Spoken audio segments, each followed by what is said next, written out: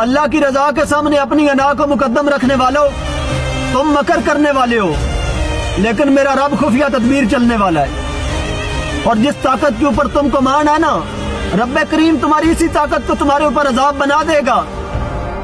اور اپنے بچوں سے محبت میں تو سکولوں کے سامنے بھی بورڈ لگا رکھے ہیں کہ مار نہیں پیار، اور فلسطین کے وہ بچے کہ جو تمہاری بھی جنگ لڑ رہے ہیں، ان بچوں کی لاشوں کے ٹکڑے دیکھ کر اپنے بچوں کے ساتھ سکون کی نیند کیسے سوتے ہو یار؟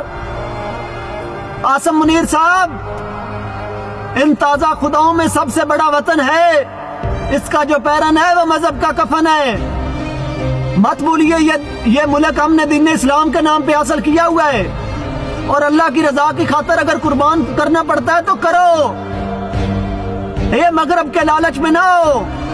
ساری دنیا جانتی ہے کہ عربوں نے اپنا پٹرول نکال کے رکھا ہوا ہے، ایران نے اپنا نکال کے رکھا ہوا ہے، اور مغرب نے انہی ملکوں سے پٹرول لے کے 40-50 سالوں کے لیے سٹور کر کے رکھا ہوا ہے۔ آپ جیسے ملکوں کو لالچ دینے کے لیے ایسے وقت میں جب بھی رب کی رضا کی خاطر لڑنے کی بات ہوتی ہے تو آپ کو پٹرول کا یا انویسٹمنٹ کا یا ڈالر کا لالچ دیا جاتا ہے۔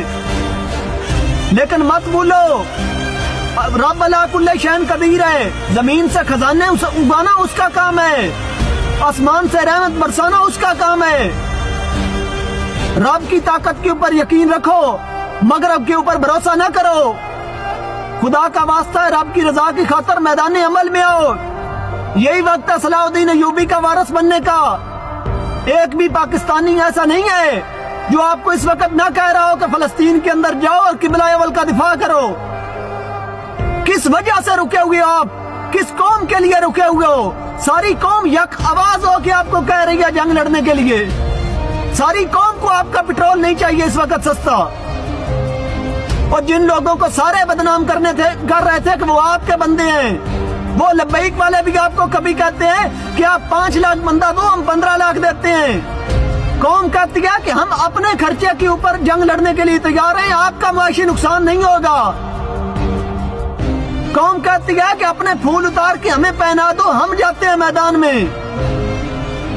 خدا کا واسطہ ہے، میدان عمل میں نکلو، رب کے عذاب کو دعوت نہ دو۔